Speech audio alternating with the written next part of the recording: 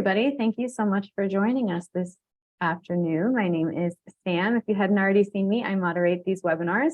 Welcome to our AT&T focused question and answer session today. We're going to be specifically focusing on AT&T employees' most frequently asked questions, specifically related today to returning back to the office at AT&T. Before I bring on our speaker today, Tyson Maybar, I just would like to remind you that although we work very closely with both active and retired members of the AT&T community, we are not affiliated nor endorsed whatsoever by AT&T. The retirement group is a completely independent group of financial advisors, so please keep that in mind. And with that, I'd like to just introduce you to our speaker today, Tyson Maybar. Hi, Tyson. Hey, Sam. Good afternoon. Thank you for helping me host today, and thank you everyone for joining our webinar series today. My name is Tyson Maybar, one of the AT&T focused retirement advisors for the retirement group here in Texas. And on today's webinar series, we're going to focus on some of the important questions that we've been hearing from folks in the AT&T community. Some of them are clients, some of them prospective clients, or people that are approaching their retirement from AT&T or their transition from the company with AT&T. Now, as Sam mentioned, we have over 30 years working with AT&T employees, and a lot of the decision-making process that comes with changes happening at the company. And we've seen a lot of changes very recently, specifically this year, some of our folks being forced to make a decision to leave the company or move. And this is not ideal for a lot of people, especially those that are not yet service pension eligible. We have many webinars talking about the eligibility requirements and the benefits as well as detriments of hitting and not hitting these important milestones from a service perspective at AT&T. But now, in some cases, just in this month, here we are in August, some of our clients are having to make one of the biggest decisions of their career, which is to leave the company or leave their current residence and go work somewhere. Some of the big cities that AT&T has hubs in, Dallas and Atlanta, are two of the big ones that many of our folks have options to move to. But today we're going to talk about some of the considerations in making this decision, financial as well as non-financial considerations for this decision. So first, let's talk a little bit about who we are and what we do. The retirement group, if you decide to work with an advisory firm, we hope that you consider our company. Certainly no expectation if you have us run a retirement analysis or a retirement plan for you. We have a lot of complimentary services we encourage you to take advantage of. In addition to these webinar series, lots of different reports that we can run for you to help you with this decision-making process: when to leave AT&T, how to take your pension, when to pay off debt, how to invest your money to have a sustainable retirement plan. That's what we're interested in putting together for our folks. If you have interest in meeting with us, we will give you a way to do so, to schedule a meeting, whether it's a web meeting, a phone meeting, an in-person meeting, toward the end of today's call. And where I think you can get a lot of value on a complimentary basis by having us run the retirement cash flow analysis to compare different retirement dates and compare different decisions, such as, like in this case, leaving versus staying. Now, if there's any possibility, you may take your pension as a lump sum. And while the lump sum has been very popular for a very long time, now managers can take a full lump sum, which hasn't always been the case.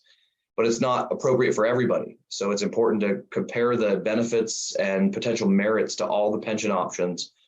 But if there's any possibility you take your pension as a lump sum or partial lump sum, it's important to follow the interest rate. So I'm actually going to zoom into our interest rate table. Many of you probably lost some coworkers last year because, as many of you know, interest rates went up last year, which means the lump sum pension payouts went down. Now, the folks that were able to leave before the end of last year, whether you're Legacy T, SBC, Singular, Ameritech, depending on your heritage with the company, it's going to define which pension plan you're on, as well as how these rates affect your lump sum payout. Now, the November 2022 interest rates, they were quite high. They went up substantially compared to 2021. And these are the interest rates that you will receive if you leave the company and take your pension this year in 2023. And you can see here, as of June of this year, June of 2023, these rates have actually come down a little bit on two of the segments. They've gone up on the first segment rate, but they've come down on the second and third segment rate. So what that means is that we're actually anticipating if rates don't change throughout the rest of the year, you may see a slight increase to your lump sum come January 1st when the company updates their rates. Although it is November of this year, interest rates that will predict what lump sum payouts will be next year. So keep an eye on this. Reason this is important to talk about now is because if you are leaving payroll this year, you may want to defer the election of your pension into next year in an effort to get a higher lump sum payout. So we'll talk to you about the timing issues with this, the options that you have. Not everybody could defer their pension. Some pensions force you to take the lump sum within 90 days of your last day at the company.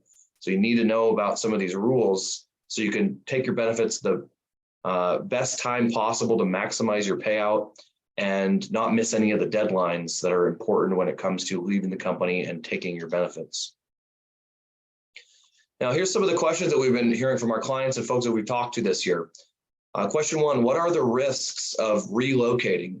For example, getting terminated after I move. This is the biggest one that I've talked to folks that my clients that are leaving this year. Some of them are leaving so they can get a severance package. Many people are leaving to avoid the move. Many people are avoiding moving to keep their job because they don't have confidence that they're going to be able to keep their job very long anyway after they uproot their family. They're having to pay for all of the relocation costs themselves. Can you imagine if you relocated to a completely foreign state and city, and within 6 months of relocating, AT&T decides they don't have a job for you anymore? And in most cases, I think people would probably move back to the place where their family and friends were in that instance. But this is certainly a risk. And this was like what we talked about last year with our clients that were close to retirement, and we're considering the risk of staying at the company and losing money on the lump sum versus leaving the company and losing the salary. Well, now we know that for folks that unfortunately saw their lump sum go down this last year, some of them are now going to be forced to make a equally challenging decision to leave their place that they live, go move somewhere with no guarantee of how long that they're going to be in this new city or state.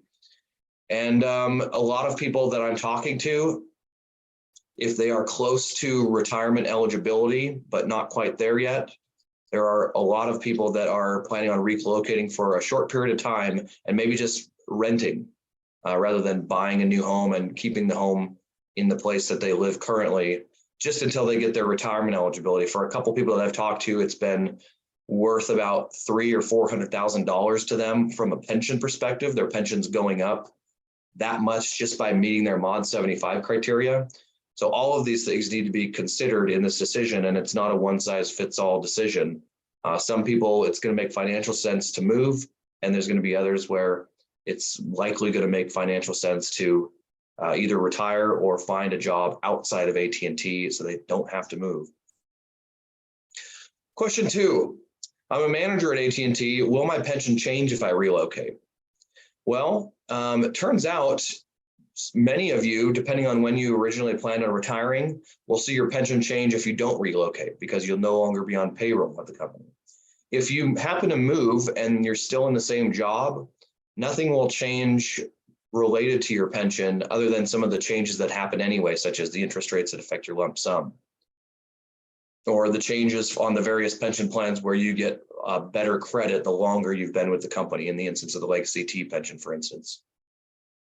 So other than normal changes that happen in the pension on the various plans, there won't be any change to your pension. Although if you leave payroll, that of course freezes your pension, still subject to interest rate risk, still could have some interest credits depending on what plan you're on.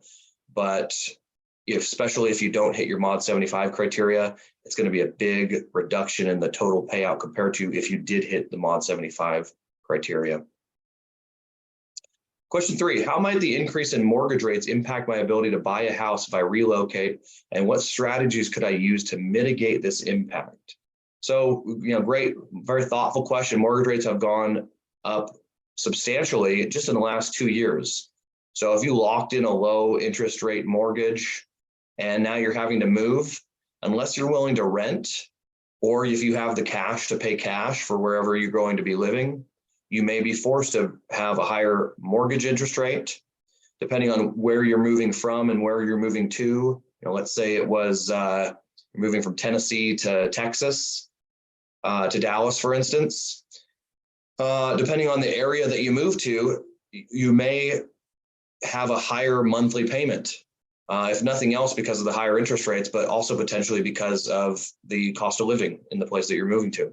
So this should be looked at as well. I think some research is in order, looking at the neighborhoods, looking at the monthly cost of living, and you may want to pivot on your original retirement plan in an effort to make a good decision whether to keep your job or to not have to move. But those are probably the biggest thing for relocating, not only the cost of relocating that AT&T is not going to subsidize as it appears right now, but also the additional cost of living in the new place that you move to, the cost of keeping your home where you are now if you don't want to sell it or plan on returning back, maybe in the not so distant future. And then of course, the risk of not having a job for very long after you have moved to this new city, some of the big considerations. All right, question 4, what's the trade-off between maintaining my current low mortgage rate and potential new appreciation of a new property in Texas and or Georgia? So, Atlanta and Dallas, two of the cities that a lot of people are being forced to move to.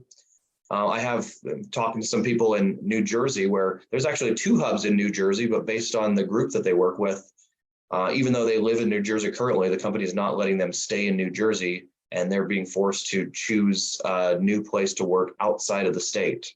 This is very unfortunate. And every group, every division is observing this push of the company to relocate people and return people to the office. So everybody's situation is different in terms of the timing, the options as far as the severance goes, and what options you have in terms of where you get to move. But your real estate, the equity you have in your residence, as well as any investment properties, need to be considered as an asset as a part of your retirement plan.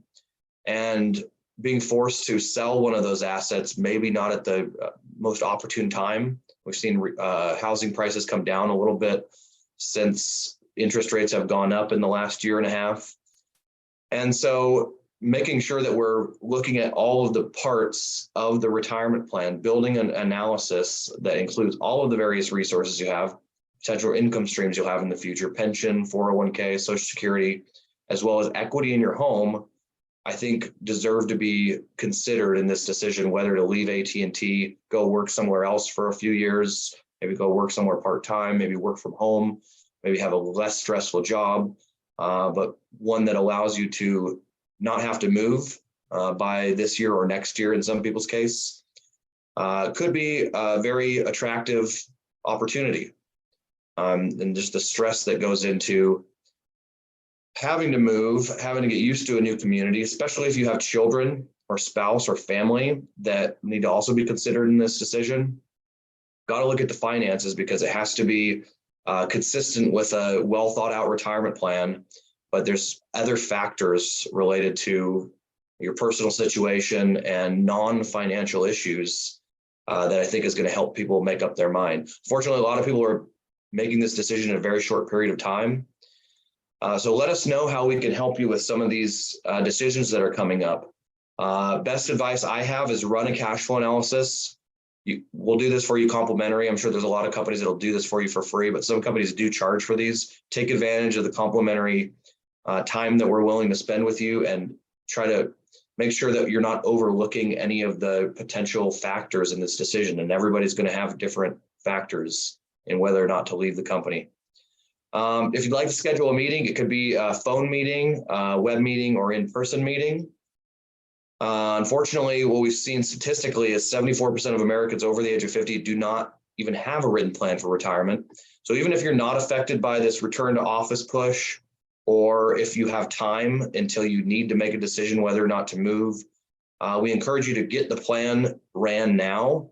So it's a lot easier to pivot when something changes, such as like last year, interest rates went up really quickly. A lot of people had to make a quick decision to leave the company to avoid losing money on their lump sum. Or in this case, this year, I've had several people that only had less than a month to decide whether or not they're going to take a severance package or try to stay with the company and move to a new city. So let us know how we can help, folks. You can email us at info@theretirementgroup.com. You can call us at 800-900-5867. You can even take a picture of this QR code here on the left to get onto mine or one of my colleagues' calendars who very intimately understands the AT&T retirement benefits and retirement processes.